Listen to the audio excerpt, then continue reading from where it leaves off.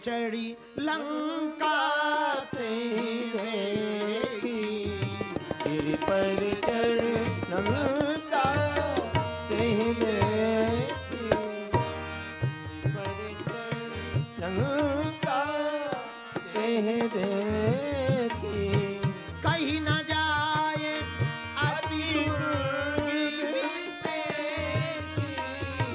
कहीं ना जाए अति दुर्ग विषेरी, कहीं न जाए अति दुर्ग विषेरी, गिरि पर चढ़ी लंका देखी, लंका देखी,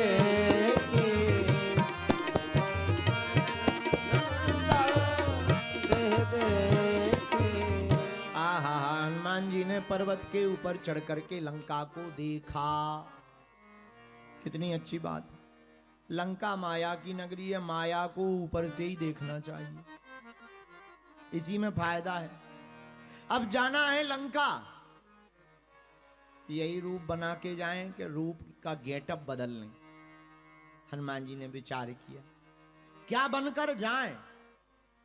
तब हनुमान जी को एक विचार आया, मसक समान रूप कपिधरे, लंकेहूं चले सुमरन। हनुमान जी मच्छर के समान बन गए। अच्छा देखो कितना अच्छा सूत्र है, विचार करना। इतने बड़े समुद्र को पार करके आए और मच्छर बन गए, मच्छर के समान। मच्छर नहीं बने, मच्छर के समान, मसक समान। कितना अच्छा सूत्र है। यही निराभिमानी की पहचान है कि बड़े काम को करके आ जाए तब भी वो अभिमान से नहीं भगवान से भरता है। ये निराभिमानी की पहचान है कि जो निराभिमानी होगा वो अभिमान से नहीं भरा होगा, भगवान से भरा होगा। इसलिए तो इतने बड़े काम को करके छोटे बन गए, और हम लोग छोटा सा भी काम कर दें हाथी जैसे बन जाते। ये अभिमान की परिचय। अभिमान का परिचय क्या? छोटा भी काम कर दे हमने किया, उनसे तो हो ही नहीं रहा था। अगर ऐसा हो जाए जैसे कथा आयोजन चल रहा, अजय जी करवाए, माता जी सोमाना है और सब लोग लगे हैं। अभी मान लो लाइट कमजोर पड़ जाए, हम कहें भाई लाइट ठीक नहीं है, तो कोई आदमी जाए और ठीक कर दे, फिर वो बाहर यही कहेगा वहां तो लाइट ही नहीं थी, हमने यहाँ लगाई। गुरुजी नहीं तो नाराज हो रहे थे, जा रहे थे, हमने रोका नहीं, गुरुजी तुम रोको, हम लगा रहे। ये लोग ऐसे होते, समझ जाइए ये अभिमान से भरे हैं। मैं ऐसा कर रहा, वो अभिमान है, प्रभु करवा रहे, यही स्वाभिमान है। अब तुम्हें निर्णय लेना कि अभिमान से भरना के स्वाभिमान से। हनुमान जी से जरा परिचय सीखिए। लंका गए, इतने बड़े समुद्र को पार किया। वीर बजरंग बली ने, इतने बजरंग देही के वीर हनुमान जी महाराज, अतुलित बल के धाम, धन्य है हनुमान जी महाराज। समुद्र को पार करने के बाद, इतना बड़ा काम करने के बाद भी रूप कौन सा बना रहे? मसक समान रूप कपिधारी, मच्छर के समान रूप धारण किया, छोटा। अच्छा हनुमान जी मच्छर के ही समान क्यों बने? कुछ और बन जाते। मसक समान ही क्यों बने? देखो मच्छर का काम क्या है? जगाना। कोई कितनी भी भयंकर नींद में सो रहा हो और मच्छर भाई साहब अपना गीत गाते हुए आ जाएं,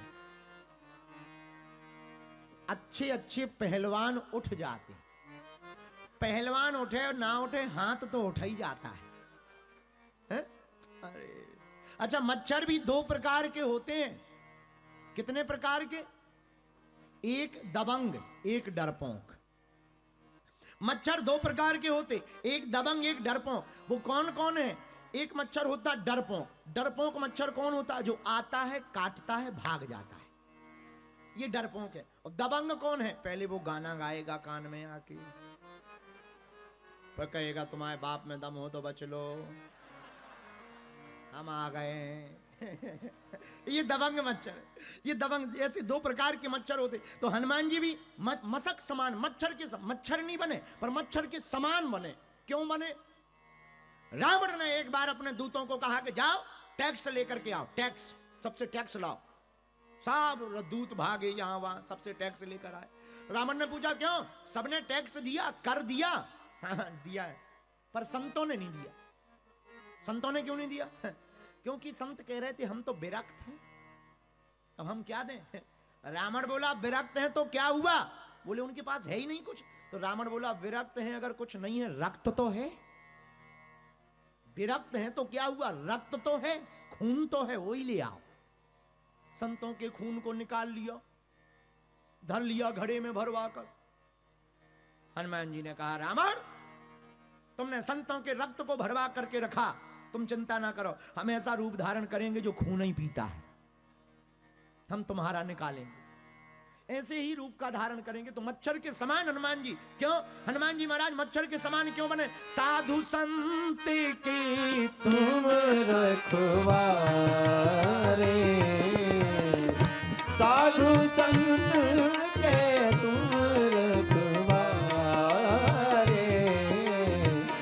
असुर निकंदन राम दुलारे, असुर निकंदन राम दुलारे।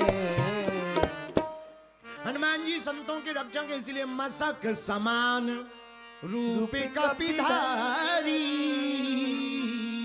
मसक समान हनुमान जी ने रूप धारण किया। आहा, एक बात और, मच्छर का काम क्या है? जगाने का। सोने की लंका में सब सोने ही वाले रहते हैं। लंका सोने की है और लंका सोने की है, और सोने की लंका में सब सोने वाले रहते हैं। और बात भी फैक्ट की है, सोने की लंका में 6-6 महीना सोने वाले रहते हैं। सोने की लंका में 6-6 महीना सोने वाले कुंभकर्ण भी रहते हैं। तो सोने वाले को जगाने के लिए हनुमान जी महाराज ने रूप धारण किया, गजब तरीके से किया। मसक समान रूप कपिधरी, लंकियों चले सुमर नरहरि। मच्छर के समान क्यों? क्योंकि हनुमान जी का काम जगाना है। क्या काम है?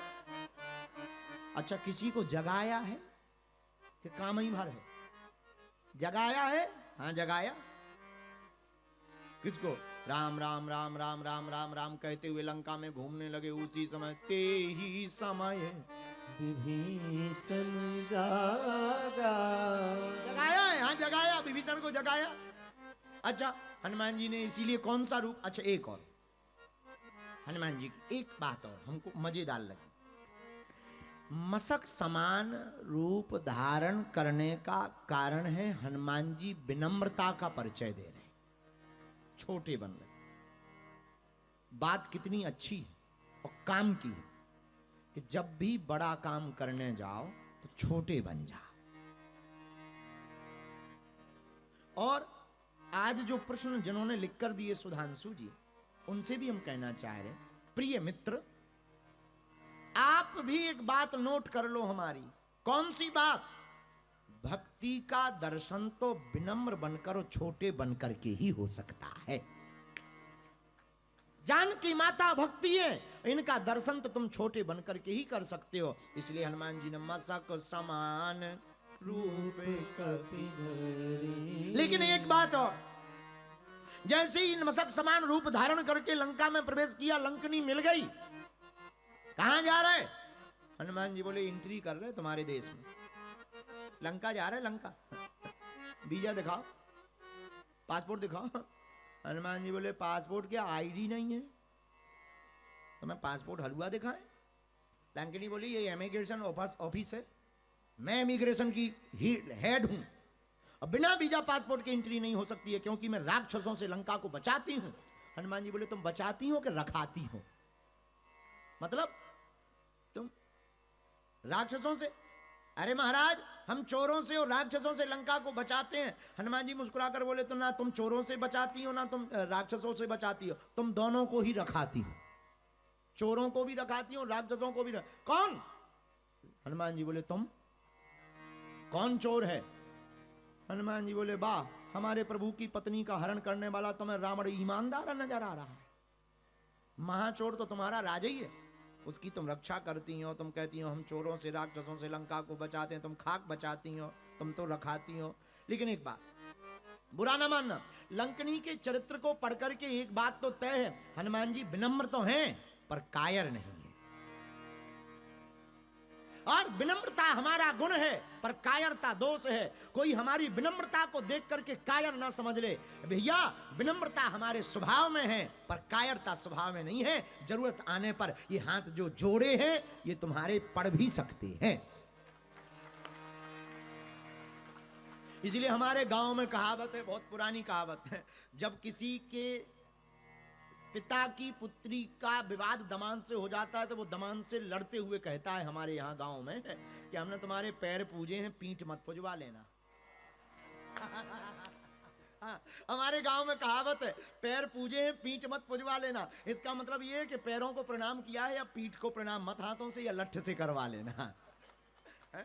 इसीलिए हनुमान जी विनम्र तो हैं पर कायर नहीं है। हम लोगों को भी हनुमान जी से सीखना चाहिए। क्या सीखना चाहिए? क्या गजब का सूत्र लंकनी के चरित्र में आता है, मुठकाई के महाकपिहानी, मुठकाई के महाकपिहानी, मुठकाई के महाकपिहानी, मुठकाए महाकपिहानी, रुधिर भमत धरती डनवानी, रुधिर भमत धरणी ठनमणि, रुधिर भमत धरती डनवानी, रुधिर भमत धरणी ठनमणि, रुधिर भमत धरती डनवानी, रुधिर भमत धरणी ठनमणि, रुधिर भमत धरणी ठनमणि,